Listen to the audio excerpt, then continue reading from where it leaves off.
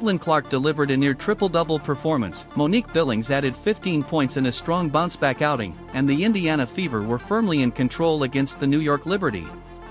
With less than 4 minutes left in the third quarter, Indiana held a 12-point lead and looked on track to close out one of their biggest wins of the season. For 3 quarters, the Fever dictated the pace, executed on both ends, and kept one of the league's most stacked rosters under control.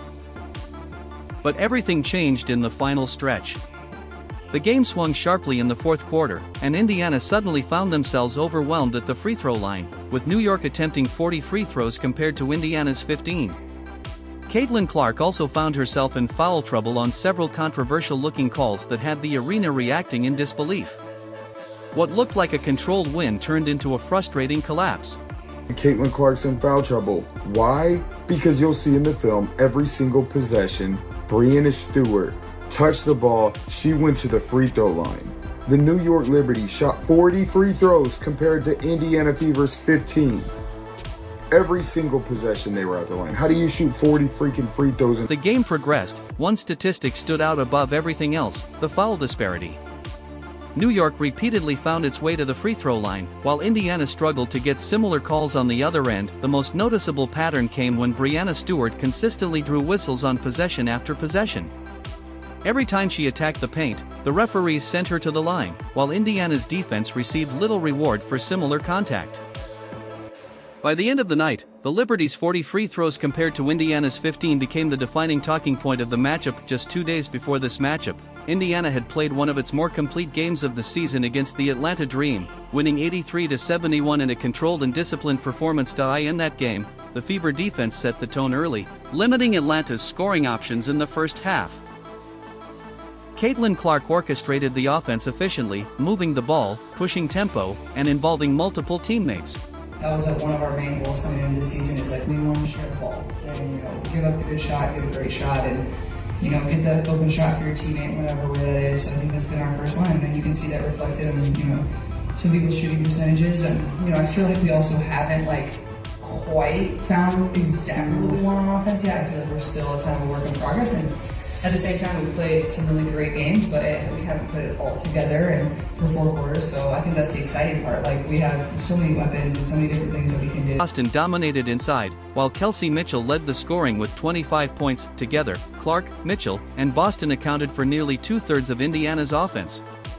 When all three were in rhythm, the Fever didn't just compete, they controlled games from start to finish. Heading into the New York matchup, Indiana's confidence was noticeably high. The Liberty were missing Sabrina Ionescu due to back soreness, which shifted expectations slightly going into the game. Even without her, New York still featured a dangerous core of Breanna Stewart, Jonquil Jones, and other elite contributors, so no one expected an easy night. But on paper, Indiana saw an opportunity. With a 5-4 record at the time, the Fever weren't dominant, but they had shown they could execute when their system clicked. For our group, we're 5-4 right now, and we've only played 9 games, and we can still improve in a lot of ways. And the 3 of the 4 games that we lost is by 2, and by 3. So really, we're right there, and it's just continuing to clean up some stuff and get better in a lot of areas, and just our connectedness, and continuing to find ways to make each other better. But I think that's kind of just my message: is the sky's not falling, even though sometimes it feels that way. Despite Ionescu's absence, the Liberty remained a difficult matchup. Breanna Stewart and Jonquil Jones alone provide enough interior strength and scoring ability to challenge any defense, while Betnijah Laney and other wings add length and versatility. Analysts emphasized that Indiana needed to play fast, spread the floor, and avoid getting trapped in a half-court grind. If the game slowed down, New York's size advantage would become overwhelming. Monique Billings played an important role in countering that.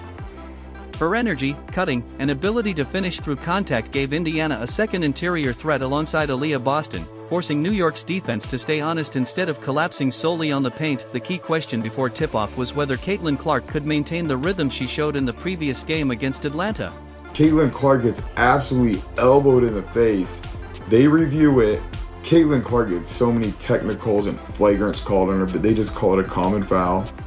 And then here we go, Breanna Stewart gets fouled again, and that'll be a continuing theme for the rest of the night. Defensive schemes are more aggressive and structured, designed to disrupt perimeter play and limit clean looks. For 3 quarters, Indiana answered that question emphatically. They built a 12-point lead through disciplined execution, strong defense, and efficient offense against one of the most talented rosters in the league. The Fever didn't look like underdogs, they looked like a team in control. Against a lineup featuring multiple All-Stars and former MVPs, Indiana's ability to dictate pace suggested real progress in growing cohesion within the roster. Then the fourth quarter began, and the momentum of the game shifted dramatically. A controversial sequence in the fourth quarter changed the tone of the entire game. Caitlin Clark took contact on a drive that appeared to involve significant physicality, but the officials ruled it a common foul after review discussions. Meanwhile, Breanna Stewart continued to draw repeated fouls on interior possessions. The disparity grew as New York piled up free throw opportunities, eventually finishing with 40 attempts compared to Indiana's 15. Where it's at. We're up by 3 and Caitlin Clark gets another foul called on her, and the offense is not working again. Kelsey Mitchell off the timeout hits a huge 3. We're back up by 4, but it's more one-on-one basketball again. For the next few minutes, Breanna Stewart, more free throws for her pushing her shoulder down. Caitlin Clark without offensive foul, she did that. More one-on-one basketball. And then guess what? More free throws for the Liberty. Another foul. It was just not a lot of movement, but a whole bunch of fouls. In a game where Indiana held a 12-point lead, the sudden swing in stoppages and foul calls became impossible to ignore. Stewart alone attempted 21 free throws, scoring a large portion of her 30 points from the line. That imbalance placed constant pressure on Indiana's defense and forced rotations to change repeatedly throughout the quarter. As the fourth quarter progressed, Indiana's offensive rhythm began to break down.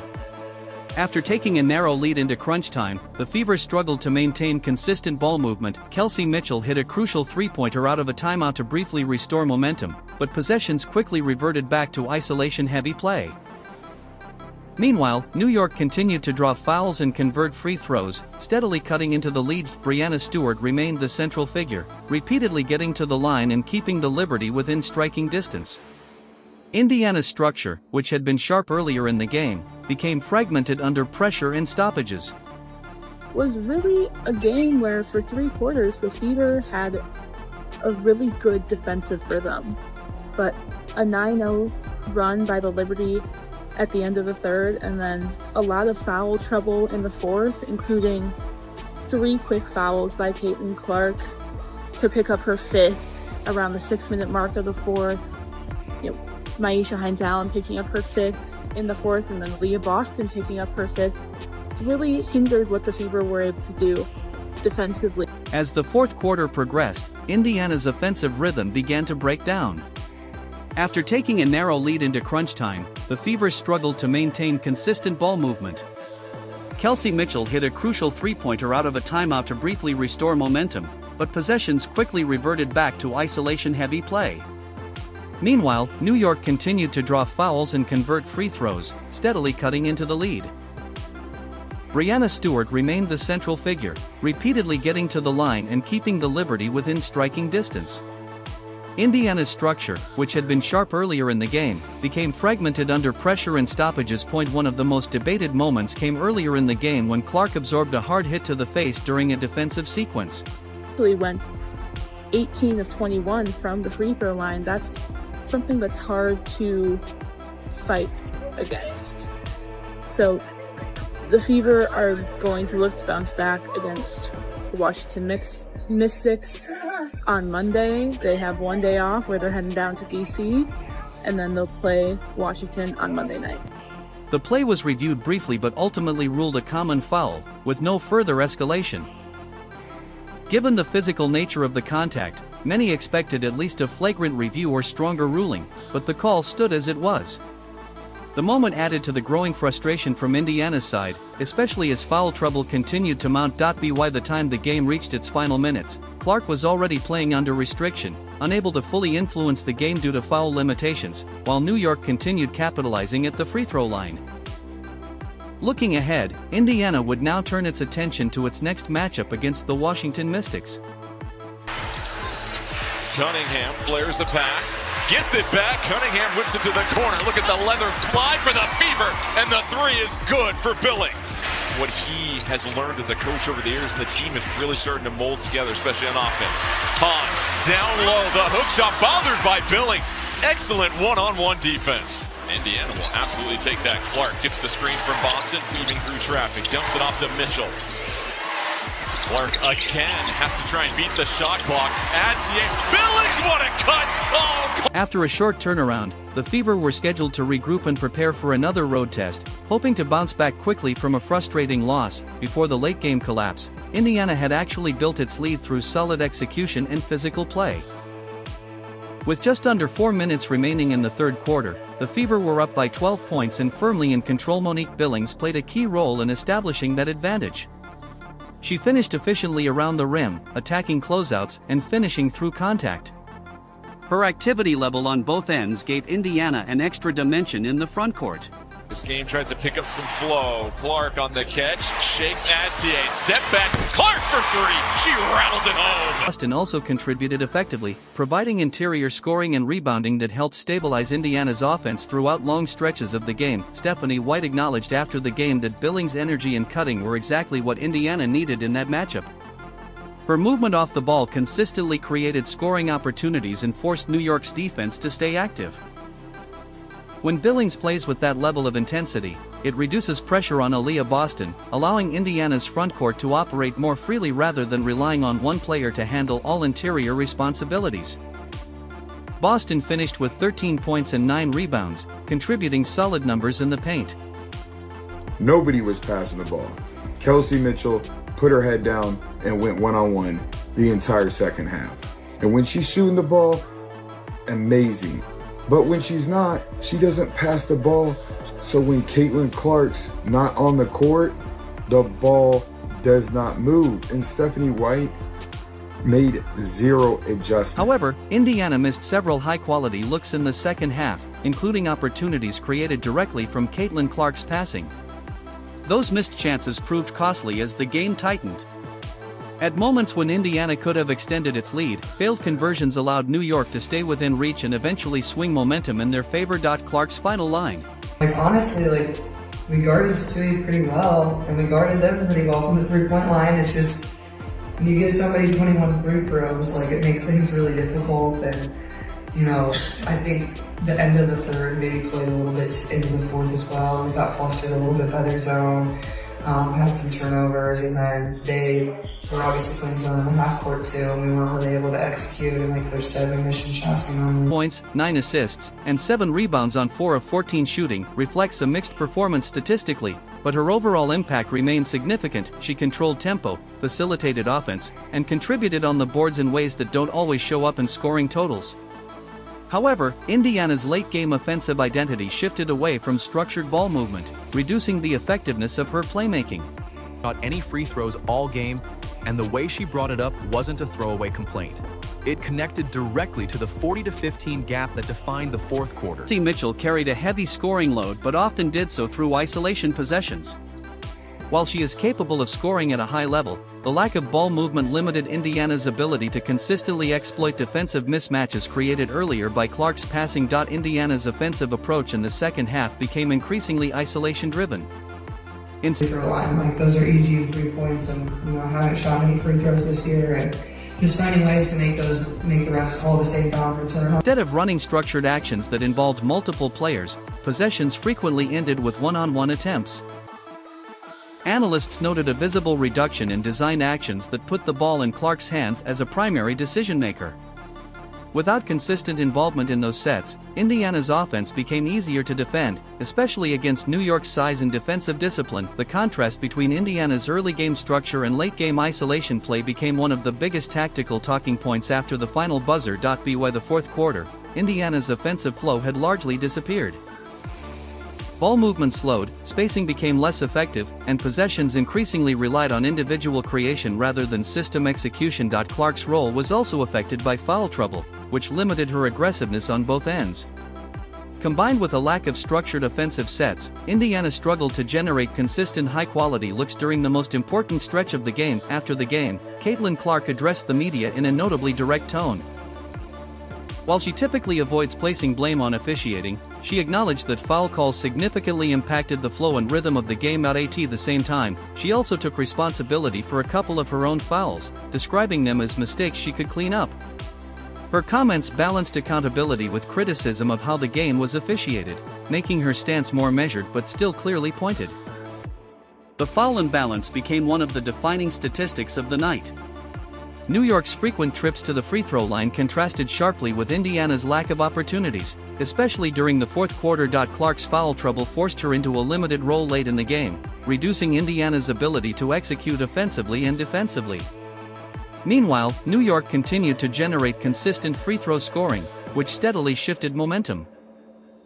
Clark finished with 5 fouls, and her inability to stay on the floor during key stretches had a direct impact on Indiana's closing performance. Clark's postgame comments added weight to an already heated discussion.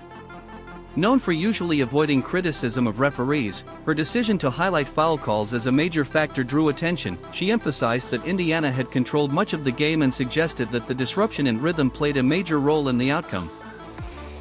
Her tone was calm but firm, reflecting frustration without becoming emotional. Despite the loss, the first 3 quarters provided a clear picture of Indiana's potential.